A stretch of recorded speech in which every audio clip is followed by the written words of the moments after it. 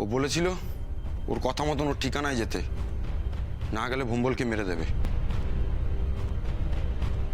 তো তুই অন্যদের ডাকিসনি? না, বলেছিল একা যেতে। রজতাভ রক্ষিত? হ্যাঁ হ্যাঁ, একা গেলে তারপর কি হলো?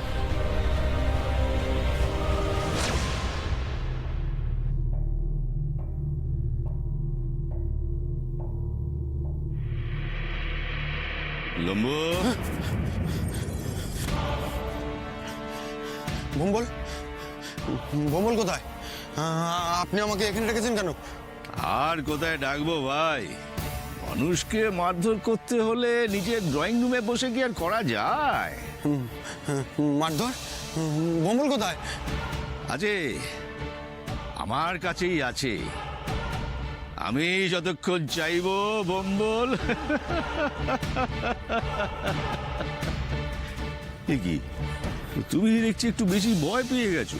আরে পাবে পাবে, ভয় পাবে, তোমাকে আর একটু ভয় দেখাবো। এই ছেলেটাকে নিয়ে আয়। ভম্বল!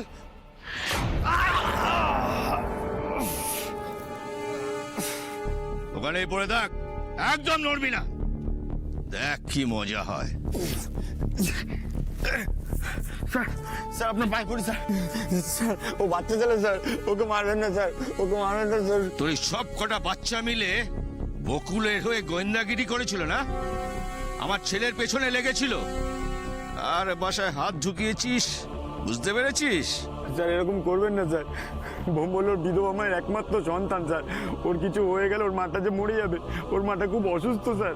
স্যার আমি আপনার গোলাম হয়ে থাকবো সারা জীবন, আপনি যা বলবেন আমি সব শুনবো স্যার। শুধু ওকে ছেড়ে দিন স্যার, ওকে ছেড়ে দিন স্যার। ঠিক আছে, যা উঠে দাঁড়া, ছেড়ে দেবো তোদের। Thank you sir, thank you. কিন্তু একটা শর্তে, আমার ছেলে যে কারণে জেল খাটছে তার সব দায় তোকে নিতে হবে।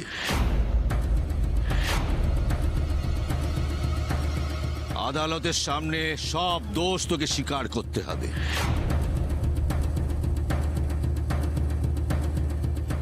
এটা আমি কি করে করব? পারবি না? ঠিক আছে, এই বাচ্চাটাকে। না না স্যার, না না স্যার, স্যার স্যার আপনার দয়া করে স্যার এরকম করবেন না স্যার। দয়ার শরীর বলেই তো তোমাকে এত সময় দিচ্ছি লম্বু, বম্বলকে বাঁচানোর। তাছাড়া তুমি আরো অনেক কিছু পাবে। হ্যাঁ, তোমার ফিউচার আমি সেট করে দেব। মানে? তুমি যদি আমার ছেলের হয়ে জেলে যাও তাহলে তুমি টাকার গদিতে শুয়ে থাকবে। টাকা টাকা, কত কত টাকা চাই? টাকা, বিদেশি বাইক, আর কি চাই বলো লম্বু? আর কি কি চাই বলো? না না স্যার, আমার কিছু চাই না, আমার কিছু চাই না। সবাই চায় লম্বু, সবাই চায়।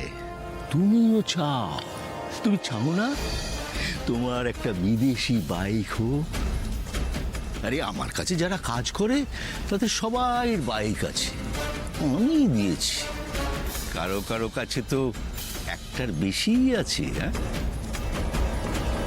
এই একটা দোষ কাজে নিলে এগুলো সব আমার হবে। আমার অফারটা একবার নিয়েই দেখো না। মাত্র তো 2-3 মাস জেল, আর তোমাকে জেল থেকে ছাড়ানোর দায়িত্ব আমার। জেলে গিয়ে তুমি যা চাও সব পাবে। ভেবে দেখো লম্বু, এরকম অফার কিন্তু আমি সবাইকে দিই না। আর তুইও রাজি হয়ে গেলি? লম্বু, তুই কি বুঝতে পারছিস মানে কার পাপের বোঝা তুই নিজের ঘাড়ে নিয়েছিস? মানে তুই কি জানিস বিষয়টা? জানতে হয়েছে, দোষও স্বীকার করতে হয়েছে। লম্বু, তোর একবারও মনে হলো না এই বিষয়টা নিয়ে আমার সঙ্গে পরামর্শ করা উচিত? তুই ওই খারাপ লোকটা সঙ্গ দিয়ে দিলি এইভাবে। সবসময় ওনার নামে খারাপ কথা বলিস না। উনি আমার জন্য অনেক কিছু করেছে। রজতাভ রক্ষিত আমার জন্য ভগবান। লম্বু!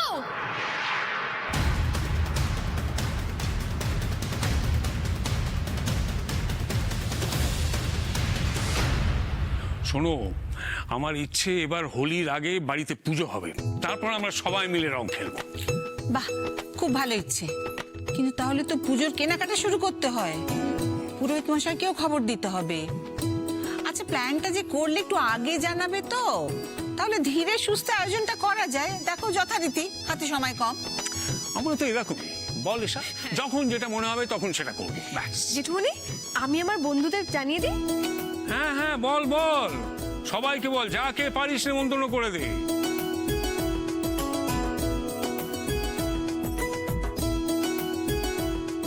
এই পিয়ালি, শোন না,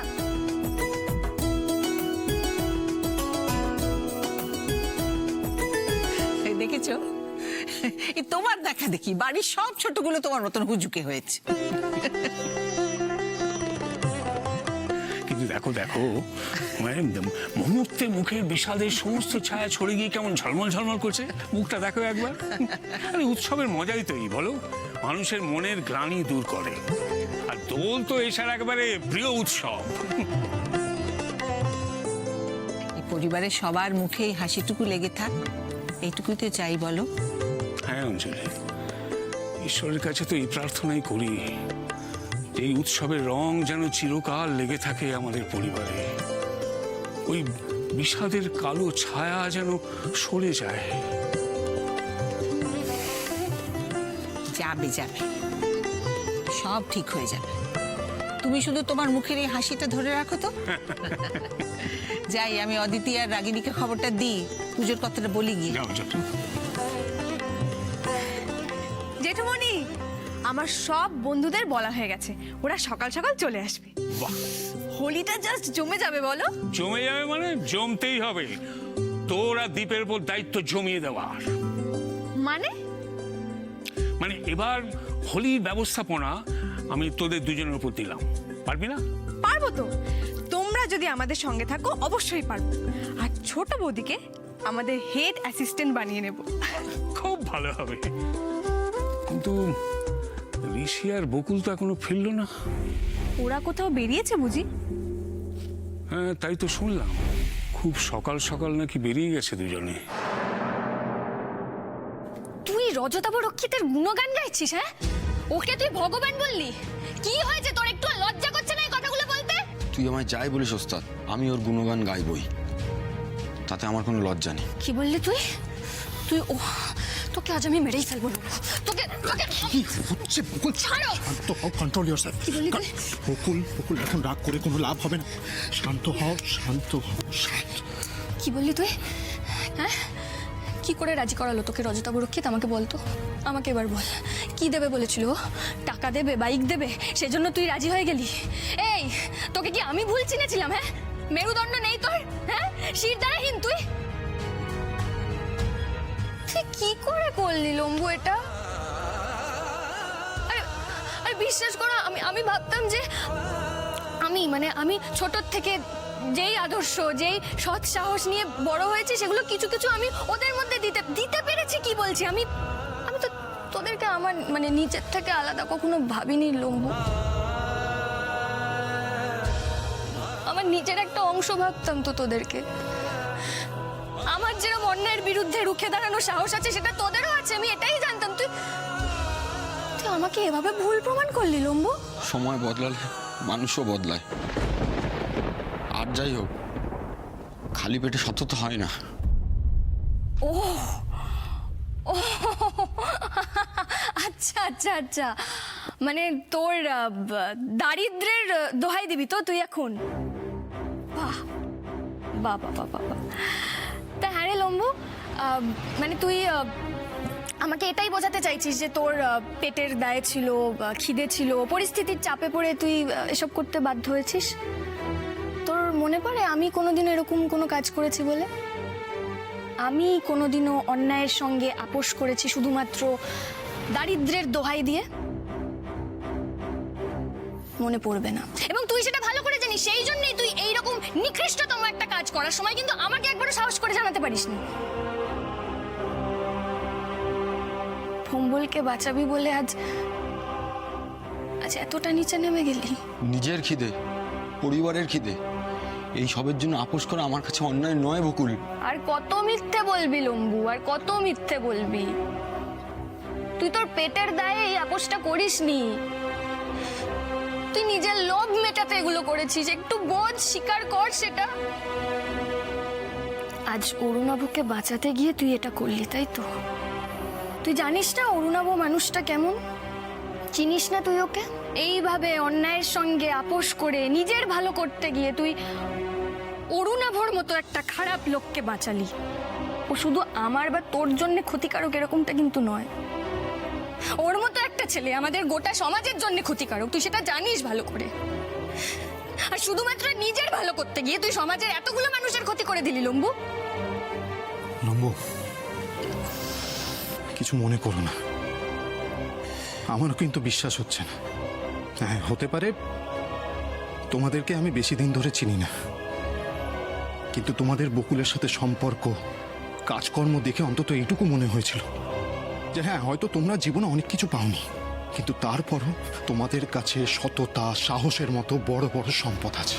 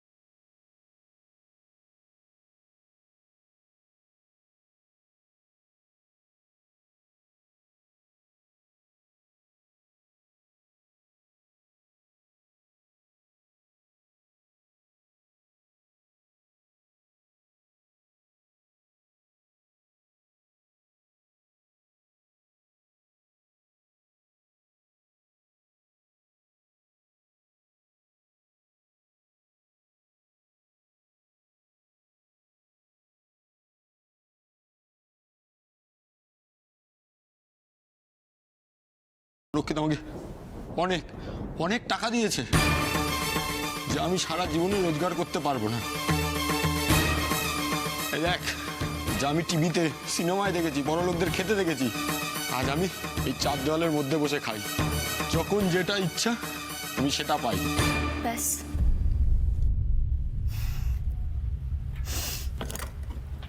আর কি চাই জীবনে লম্বু? আরো অনেক কিছু চাই। পরিবারের সবার ভালো চাই। ভালো চাওয়াটা কি অন্যায়? হ্যাঁ অন্যায়, 100 বার অন্যায়। অন্যায়ের পথ ধরে যদি কারুর ভালো চায় সেটা 100 বার, 1000 বার অন্যায়, বুঝতে পেরেছিস? বলা সহজ বকুল, চোখের সামনে আপনজনের কষ্ট সহ্য করা কঠিন। মায়ের চোখের অবস্থা দিন দিন খারাপ হচ্ছিল। বছরখানেক ধরে মা চোখে দেখতে পায় না। ডাক্তার বলেছিল অপারেশন করতে হবে, কিন্তু আমার কাছে অত টাকা কোথায়? কিন্তু রজতাবু বাবুকে বলতেই 24 ঘন্টার মধ্যে আমার মা চোখ অপারেশন হয়ে গেছে। মা চোখে দেখতে পায়। আমাদের মতন গরিবদের শত্রু রজতাবু রক্ষিত নয় ওস্তাদ। আসল শত্রু তো অভাব। আর যে সেই অভাব মেটাবে সেই আমাদের কাছে ভগবান। এশা, এশা, আমি অফিসে বেরোচ্ছি। এই বেরোচ্ছি মানে? এটা কে নেবে? ধরো। আজ আর এটা নিতে ইচ্ছে করছে না এশা। ঋষিকে ছাড়া অফিস করতে হবে সেটা ভেবেই বিরক্ত লাগছে। বুঝতে পারছি, কিন্তু এরকম মুড নিয়ে কেউ বাড়ি থেকে বেরোয়? দেখো, তুমি যদি এভাবে বাড়ি থেকে বেরো, আমার তো সারাদিন মন খারাপ থাকবে। সরি এশা, কিন্তু কি করব বলো? ঋষি তো শুধু আমার বস ছিল না, ওর কাছ থেকে আমি অনেক কাজ শিখেছি। সত্যিকারের ভালো লিডার ঋষি। আমরা ওর যারা সাবঅর্ডিনেট, তারা যদি কোনো ভুল করতো, ঋষি দায়িত্ব নিয়ে সেটাকে সলভ করে দিত।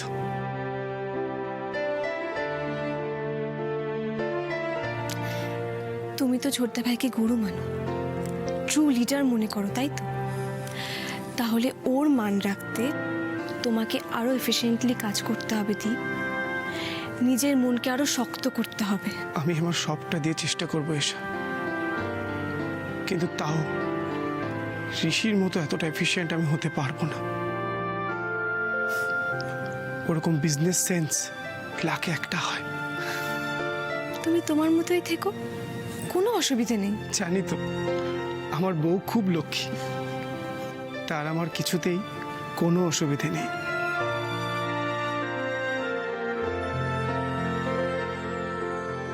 এতদিনে ঋষির কাছ থেকে যেটা শিখেছি সেটাকে মূলধন করে নিজের যোগ্যতায় এগিয়ে যাওয়ার চেষ্টা করব। I promise you. আরও একটা ইম্পর্টেন্ট কাজ আছে।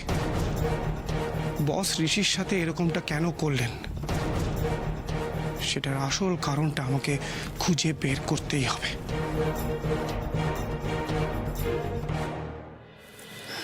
Best of luck. সাবধানে যেও আর নিজের খেয়াল রেখো। আর পারলে আজকে একটু তাড়াতাড়ি বাড়ি ফেরার চেষ্টা করো। কেন গো? কাল বিয়ের পর আমাদের প্রথম দোল, আর জেঠুমণি তোমাকে আর আমাকে সব অ্যারেঞ্জমেন্টের দায়িত্ব দিয়েছে, বুঝলে মশাই? বুঝলাম। তাহলে তো আমাকে তাড়াতাড়ি বাড়ি ফিরতেই হবে। এবার তাহলে আসি। এসো। টাটা। সাবধানে যেও কিন্তু। হ্যাঁ হ্যাঁ আসছি। দুগ্গা দুগ্গা।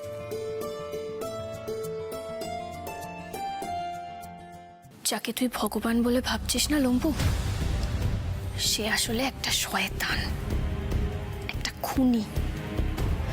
তোর দোষ নেই এখানে। তোর চোখে তো এখন একটা পর্দা টাঙানো আছে, লোভ আর স্বার্থের পর্দা। যেদিন চোখের সামনে থেকে পর্দাটা সরে যাবে, তুই সেদিন বুঝতে পারবি ওই রজতাভ রক্ষিত কতটা জঘন্য একটা মানুষ। তোর ভগবান তোকে ব্যবহার করছে নিজের স্বার্থে। না ওস্তাদ, রজতাভ স্যার আমাকে ব্যবহার করছে না। আমি তো থাক, ওই রজতাভ রক্ষিত তোকে যে নেশা ধরিয়েছে তার ঘোর এত সহজে কাটবে না। এখন আমি যা যা বলছি কোনো কথা তোর মাথায় ঢুকবে না, আমি সেটাও জানি। তবে কি বলতো লম্বু, আমি তো তোকে নিজের বন্ধু বলে মনে করি, তাই কয়েকটা কথা তোকে বলাটা খুব জরুরি। পারলে মনে রাখিস কথাগুলো। ওই রজতাভ রক্ষিত যতক্ষণ ওর তোকে দরকার, ও তোকে খুব ভালোবাসবে, তোর প্রচুর উপকার করবে, কিন্তু যখন দরকারটা শেষ হয়ে যাবে তোকে আস্তা করে ছুঁড়ে ফেলে দেবে। আর তখন যদি তুই ভুল করেও রজতাভ রক্ষিতকে এটা জিজ্ঞেস করিস যে আপনার দেওয়া কথার কি হলো, আপনি যদি আমাকে দেওয়া কথা না রাখেন তাহলে আমি আপনার বিরুদ্ধে মুখ খুলবো, তুই শেষ। সে তুই জেলে থাক বা জেলের বাইরে থাক। হ্যাঁ লম্বু, লোকটা কিন্তু এরকমই। আর আমরা তোমাকে এতগুলো কথা বলছি কারণ আমরা তোমার প্রতি কনসার্নড। আর একটা কথা বলে দিচ্ছি তোমাকে, এই জেলে থাকাকালীনও নিজের সেফটির দিকে খেয়াল রেখো। লোকটা কিন্তু সব করতে পারে।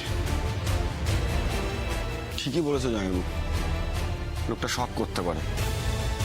দেখো আমি এখানে বিন্দাস আছি, খাচ্ছি দাচ্ছি ঘুমোচ্ছি, কোনো চিন্তা নেই। কিন্তু একটাই প্রবলেম, মা বাবার সঙ্গে দেখা হচ্ছে না। তাও স্যার কিন্তু এটা ব্যবস্থা করে দিয়েছে, মাঝে মধ্যে মা বাবার সাথে কথাও হয় ফোনে। শোন না, তুই যে কাজটা করেছিস না, মানে যেই কাজের দায়ে তুই এখানে আছিস, এখান থেকে না খুব সহজে তুই ছাড়া পাবি না। বছরের পর বছর কেটে যাবে, তোর এখন যেটা ভাল লাগছে, মানে মনে হচ্ছে খুব শান্তিতে আছিস, ভালো আছিস, আরামে আছিস, কিছুদিন গেলেই না তোর দম বন্ধ লাগবে, এখানে হাসফাস করবি, তুই বেরোতে চাইবি এখান থেকে। আমি তো তোকে চিনি লম্বু, তাই না? ছাড়ো বাদ দাও, এখানে কারুর আর আমাদেরকে প্রয়োজন নেই। আমরা এখান থেকে এবার চলে যাবো, চলো। বকুল যাস না, দাঁড়া। বাড়িতে কিন্তু কেউ জানে না আমি এখানে আছি। সবাই জানে আমি রাজস্থানে কাজ পেয়েছি। তুই কিন্তু কাউকে কিছু বলিস না। আমার জীবন শেষ হয়ে গেছে সেটাও আমি জানি। নিজেই চার দেওয়ালের মধ্যে থেকে যদি নিজের মা বাবাকে একটু সুখ দিতে পারি, জীবনে তো মা বাবার জন্য কিছুই করতে পারিনি, এইটুকু করলে যদি ওরা সুখী হয়, মরার আগে অন্তত এইটুকু দেখে যেতে পারবে।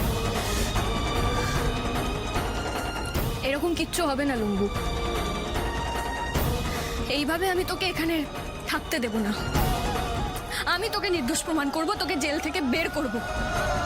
এটা তোর ওস্তাদ তোকে কথা দিল।